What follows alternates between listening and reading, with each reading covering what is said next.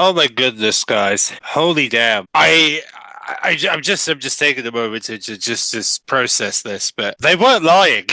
Russell wasn't lying, was he? He was not lying. Oh my goodness. Yeah, I'm starting to believe It's almost like my theory of this story being like the start of like a three-parter.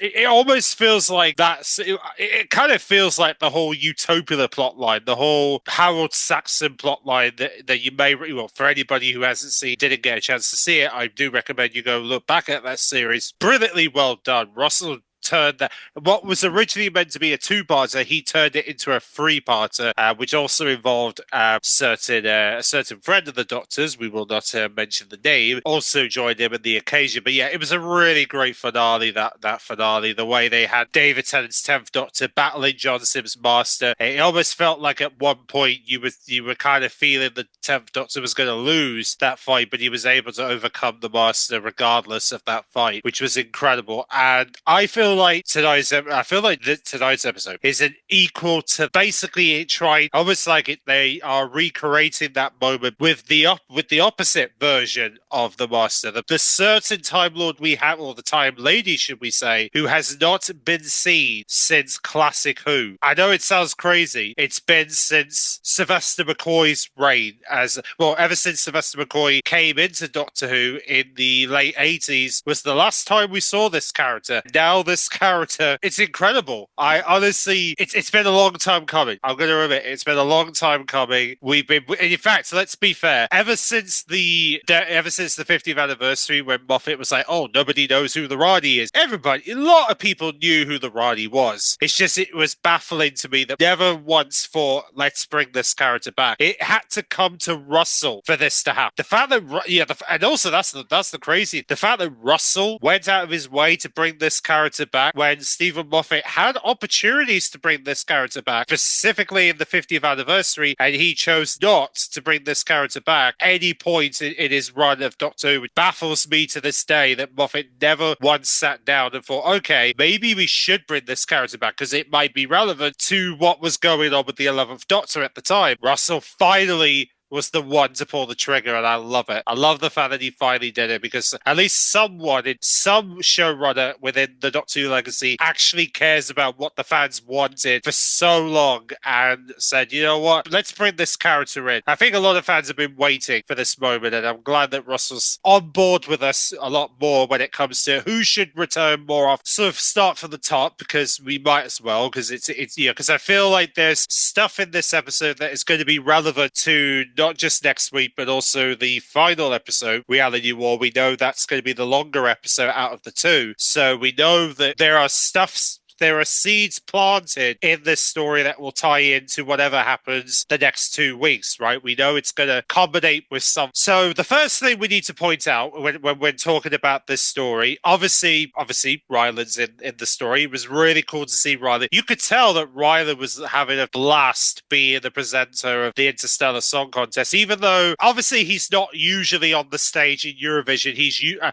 I'm pretty sure he's usually the commentator for the semi-final and then Radio 2 when it comes to because usually he does that for Eurovision, and obviously Graham Norton also a commentator in the real world's Eurovision. So it was really nice to see Ryland being a presenter for this. It kind of, seeing Ryland presenting this, it kind of makes you want, Eurovision ever came back to the UK, would you prefer Ryland be a presenter for the for the next UK Eurovision? What do you reckon? Should he be given the chance to do it? I think he should. I think after tonight, I think Ryland should definitely get the opportunity to host the Eurovision final, in my opinion, because, I mean, he certainly seems fit for the job. Make the UK host Eurovision again. I think they should choose Ryland as a presenter. Honestly, I think great presenter right there. Make that happen. I think they will. I think they will get round to making him presenter should the UK host Eurovision again. Hopefully, it will be sooner rather than later. We'll see, I suppose, because, I mean, it may take years for that to happen, but I'm hoping it will be sooner when we get to that stage. But yes, despite the whole Ryland stuff, we have to obviously talk about probably the that I know this is going to get talked about a lot. I know these scenes are going to get talked about because it's going to be relevant to the finale, and who knows, maybe we might see this character the next two episodes. I feel like we will. I don't think this is just a cameo. I feel like there is more to this appearance than you think, and I feel like it's going to lead to this character finally meeting up with the Doctor eventually. I'm of course talking about probably one of the two big surprises of this story. That is the fact we saw a appearance of the one and only Karen Ann Ford, Susan Form. You heard me right. We've just saw an appearance of character who has not been on our screens on Doctor Who since the 60s. I know, it's decades, but here we are. She's finally in living color in front of the camera on Doctor Who, and I really do hope, and I really hope it's going to lead to this. We are going to get that moment where the Doctor and Susan will finally meet in person. Please make that moment happen in the finale, please, because after seeing this, I really want that to happen so bad. This has been honestly, like I said, this is one of those homecoming moments for Doctor Who, because I think a lot of Doctor Who fans will tell you we've been waiting for that moment where we see a version of the Doctor hugging Susan Foreman, his granddaughter, and I'm reuniting with her. I feel like this year's finale could be that moment finally about to happen, and I hope it is, because considering the fact the scenes we've got of her shows her essentially communicating with the Doctor through telepathic, and you'll notice very clearly the fact anytime the Doctor had like a thought in his head, Susan was trying to hold him back, especially when he was angry. She said, "No, stop." So right there, the Doctor's trying to give signals to the Doctor's head, like, look, you need to stop being angry about all of this. And then there was points, especially when he was especially that whole outer space stuff that was going on, where Susan said, "Come and find me." That line right there is very, very, very interesting. The fact that Susan said, "Come and find" to the Doctor, that has to be a sign, right? That has to be a sign that the Doctor's going to save his granddaughter. Like, by her saying, "Come and find me," that is a sign the Doctor possibly being on the quest to find in the finale. And if he's successful, I feel like we'll see Susan Foreman help the Doctor beat whoever this baddie is. I feel like she will be a part of this story, and I cannot wait to find out how significant her role is going to be in this finale, because I feel like she is going to have a part to play in this role, and I feel like she might be part of the reason why the Doctor finds a way to defeat the ultimate bad in this finale. Because I mean, it's funny how, given the Doctor's signals, given something to think about, like, she's going to be like the guiding light to the Doctor during this finale. And if that ends up being the case, then I honestly am expecting her to be the sole reason why whoever the big bad is, she's going to be responsible for helping him find a way to defeat it. Just like how the Doctor's mother helped the Doctor realize a way to defeat the Time Lords in the end of time. I feel like we're going to have a similar thing happening here with the Doctor's granddaughter, which I think be incredible if they do this, and also, I really hope we do get that moment where the Doctor and Susan actually interact with each other in person. I hope that ends up happening in the finale, especially. And also, what was really interesting was that we did also see most of these scenes took place inside the Doctor's TARDIS, like she's already there. But yet, when we look at the TARDIS, she's nowhere to be found. So I wonder how she got there, even though and also, more importantly, how would she know that was the TARDIS? Considering the fact that the TARDIS has changed multiple times since the last time she was on board. So I feel Karen Ann Ford's return is going to involve her finally understanding about the Doctor's redecorating the TARDIS concept, which is something that he's been doing ever since he left Susan Foreman on her own, marry David, David, back in the Daleks' invasion of Earth. So I'll be interested to see what happened to her since then. I hope we get an official count as to what happened to her since the Doctor dropped her off back that day, all the way back in that story. Hopefully we'll get like some sort of canon to it. So we had that whole Susan Foreman stuff, which obviously was a massive surprise, obviously, and more importantly, I feel that it's going to be, like I said, I really hope we do see more scenes of Susan Foreman during the next episode. I feel like we will, considering the fact they didn't mention her name in the cast list for this story. I have a sneaky suspicion she will be in the final two episodes. The way they got around it is by simply not adding her in the cast list. So I have very, very high hopes that Susan Foreman is going to be an important character in this finale, and that's why she hasn't listed in the cast list as of late, because the fact of how important Susan's going to be in the final two episodes, and I'm very confident in those words because of the fact communicating with the Doctor through some sort of telepathic field inside the TARDIS, which is something that things she would not be able to have access to if she doesn't have the TARDIS key. How did she get one? I'll be interested to see what happens there.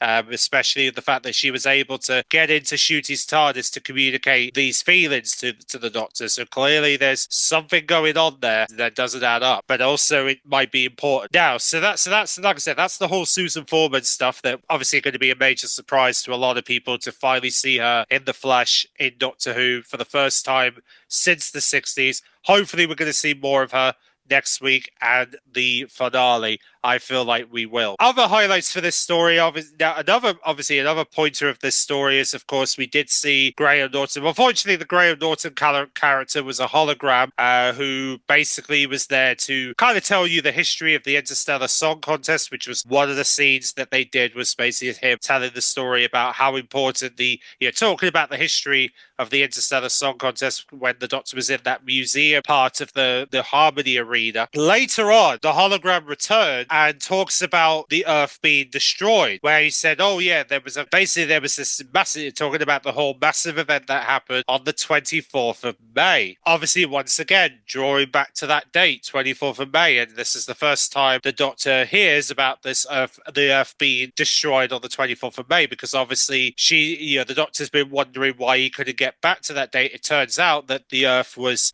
being destroyed on the 24th of May, and the Doctor decided to go back in the TARDIS to figure out what the heck was going on. And then as soon as and this is where it gets really interesting, because as soon as the Doctor tries to get the TARDIS to the 24th of May, you'll notice the cluster bells go crazy, but then as soon as the camera aims at the door, a massive explosion blows off the doors. I wonder what happened there. I wonder what caused the explosion blow open the doors of the TARDIS. I'll be interested to see what happened there, whether the Doctor and Belinda survived the TARDIS doors being blown off and whatever's coming through the TARDIS that exploded. I'll be interested to see what the continuation of that scene is going to end. Hopefully we will see a continuation in next week's story. I believe we will. Considering the fact it exploded right into the TARDIS doors, surely that's got to obviously be a signal to something, right? But who's caused an explosion to the TARDIS doors? I guess we'll find out again next week's story. Now, of course, we got to obviously talk about the entirety of the Interstellar Song Contest. The fact, obviously, when the Doctor arrived, obviously he was very pleased to see that. Obviously, Belinda was very pleased to see Rylan because she's a big fan of Rylan. Obviously, a lot of people are fans of Rylan. I mean, the guy is busy in the last year. He's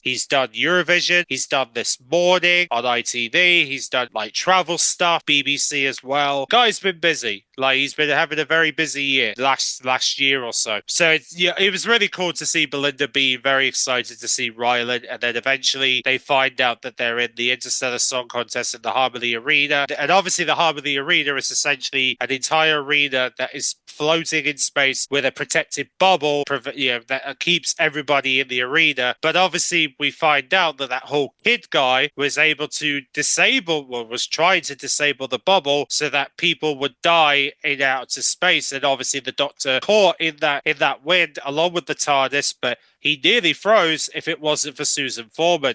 But then obviously the Doctor found a way to get Rylan managed to find a way to pull people back into the stadium, so he saved people and revive them from the ice, so then they could resume the transmission of the Interstellar Song Contest, because originally Kit's girlfriend, who was acting like a worker for the cameramen, the technicians in the Interstellar Song Contest, was disguising herself spy for Kit so that Kit can carry out his plan for the hijack of the show. What he was trying to do was essentially transmit a very loud, deafening sound that would kill millions of people through their television. Luckily, however, the Doctor stopped him, and obviously this is where, like I said, we see the Doctor getting angry because at first Belinda was dead because he was trying to let his anger out because of the fact that he thought Belinda was gone, but actually Belinda was able to save herself because she got stuck on top of the ceiling, able to save herself from that whole like bubble bursting outside of the Harmony Arena. So luckily, obviously the Doctor was very happy to see Belinda was safe that entire time. And also, like I said, it was really, really fascinating to see obviously the two guys who were saving the Doctor after he used a confetti thing to pull himself to the airlock. He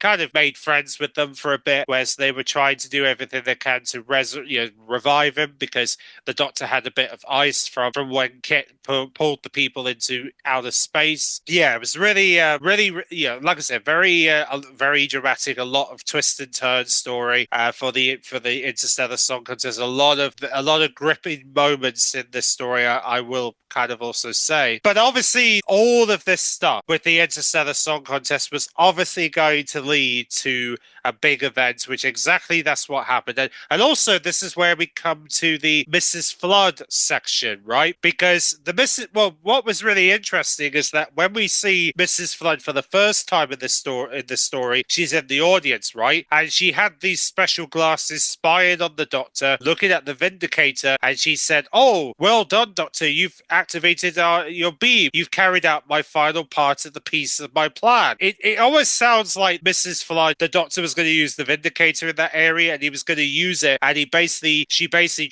sort of hijacked the six so that she could use it alongside her plan, which is really interesting. So it's very interesting to see Mrs. Flood was staring at the Doctor, saying, "Oh, I do love a good show." Mrs. Flood was just relaxing to the fact that, a show was going well. And luckily it did. Luckily the show went well, even though it took a bit of time for them to resurrect Mrs. Flood, because the next time we see Mrs. Flood, following that whole scene which was the only time we saw her at the top of the story, we wouldn't see her again until later when she was being resurrected from being nearly frozen to ice. Luckily, she didn't actually freeze to ice, because when they saved her from the ice, the men were saying, "Oh, do you need some help?" And then she kind of gently pushed them away. This is where it gets really interesting, because this is where we finally find out who Mrs. Flood is, because eventually we get to a point where Mrs. Flood was like, "Oh, she was asking, 'Oh, has he gone? Has he gone?' And then, 'Oh, the Doctor,' and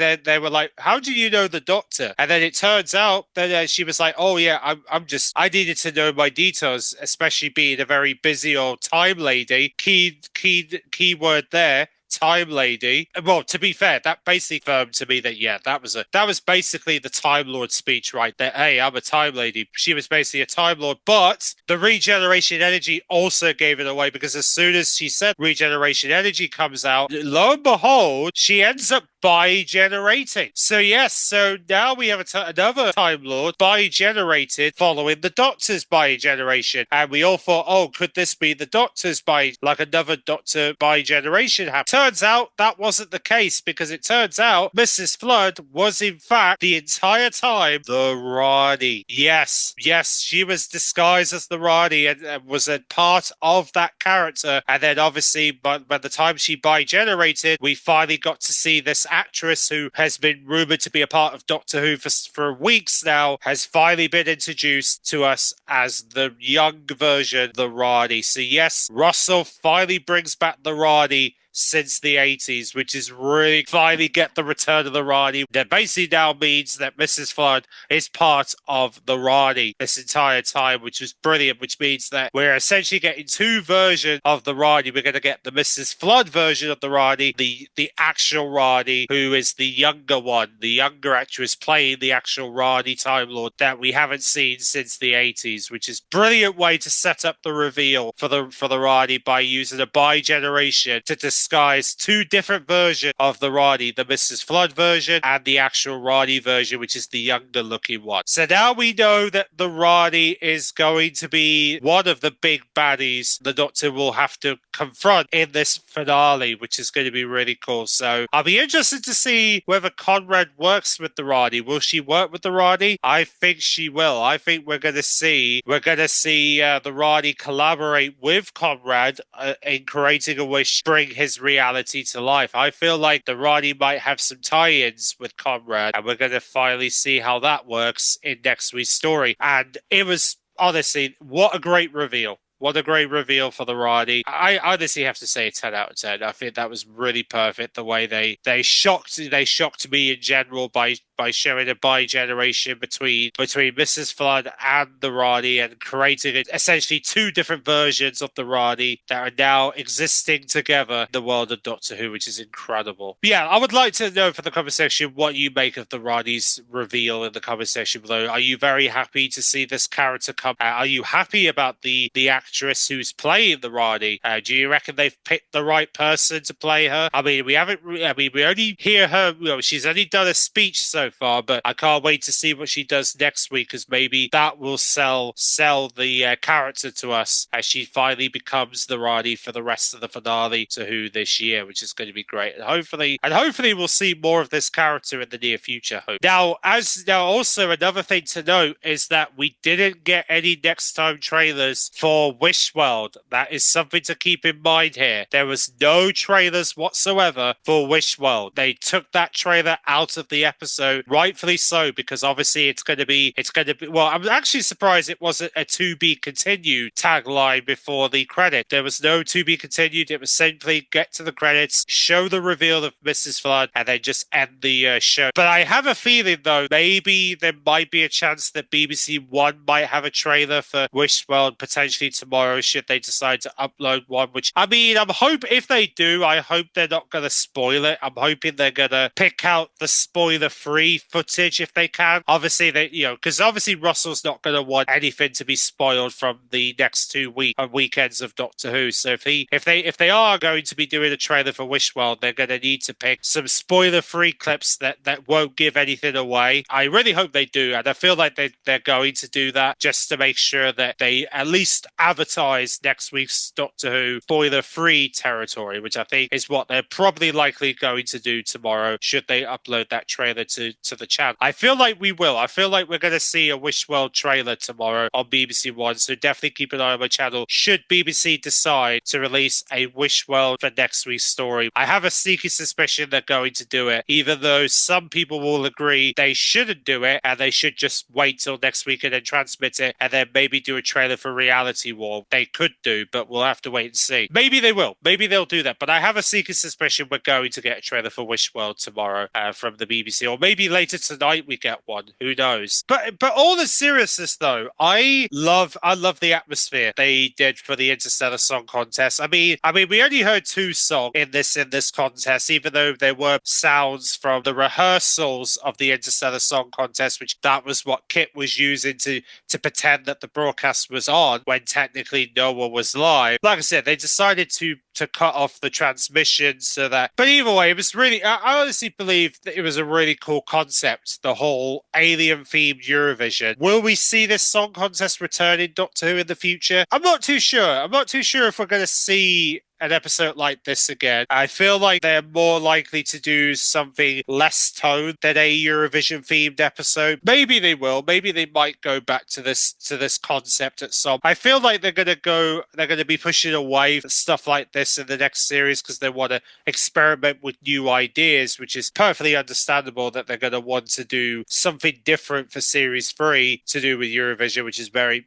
maybe it's just a one-off that they're doing for Doctor Who for this week, and then they're going to experiment with new ideas for the future of the show. But nevertheless, like I said, I honestly thought it was a really cool story, seeing that whole, and obviously the audience makes it feel like you're watching Eurovision before Eurovision. That's literally how it felt. It felt like watching the aliens battle for a trophy in their own version of Eurovision, even though didn't really see a winner for this song contest. So yeah, that's something to note, is that they never announced who won the contest for that year. So So yeah, I mean, to be fair, Ryland made a point when he said to the audience that it's not about the winning, it's about the taking part, which is very, very true. And I'm glad he said that because that's a true fact in real life. Whether we end up winning Eurovision this year, probably very doubtful about that. But mind you, the news has said there's some hope for our country to do well this year. So we'll see how they do later tonight. I mean, I'm not really convinced they're going to be right at the top of the leaderboard, but maybe I'm wrong. Maybe they end up shocking me and winning by some miracle, which you never know. That could happen. I'm not going to rule it out, but I'm also not going to be setting my expectations in the hopes that they do win process, right? So yeah, we'll see how it all goes down, and if Britain does really well, then that's great because it means that Ryland will finally get to relive his dream presenting a Eurovision, which is something that Ryland been wanting to do since doing this story, the Interstellar Song Contest. So hopefully he has his dream come true by the next year. Hope. But anyway, so that is basically the Interstellar Song Contest, and honestly, I feel the whole Roddy plot and the Susan Foreman stuff, I feel like they're going to continue in next week's story. I have a feeling we will see Susan Foreman in next week's story. We will see her try to look for the Doctor, and then we'll finally get to see them reunite the end of the series finale. Or maybe during the series finale they will reunite, and that's how the Doctor will find Belinda or something, which I'll be very interested to see how the Doctor's going to find Belinda, or whether Belinda will never be seen again. I'm not too sure how the ending's going to work. We'll see if the Doctor does manage to find Belinda in the end, considering they did mention in the synopsis for Reality War, Belinda is lost. So hopefully the Doctor will find a way to find her and bring her back to her home. Let me know what you think of the Interstellar Song Contest in the comment section below. Were you shocked and surprised by the Rani's return? How do you feel? And also, were you shocked and surprised by re-emergence of Carol Ann Ford, Susan Foreman? I hope we see more of her next week, and I think a lot of people can agree. We need more Susan Foreman, please. Can we please have a reunion between her and the Doctor on screen this year, Russell? Please. Thanks for watching, and be sure to look out for my news video this week, as we're going to be getting the synopsis coming up for the finale of the series, The Reality War, the very last episode of Doctor Who Series 2, as we'll hopefully have more Doctor Who news to cover over the course of the summer. So thanks for watching, and I'll see you next week, Whovians.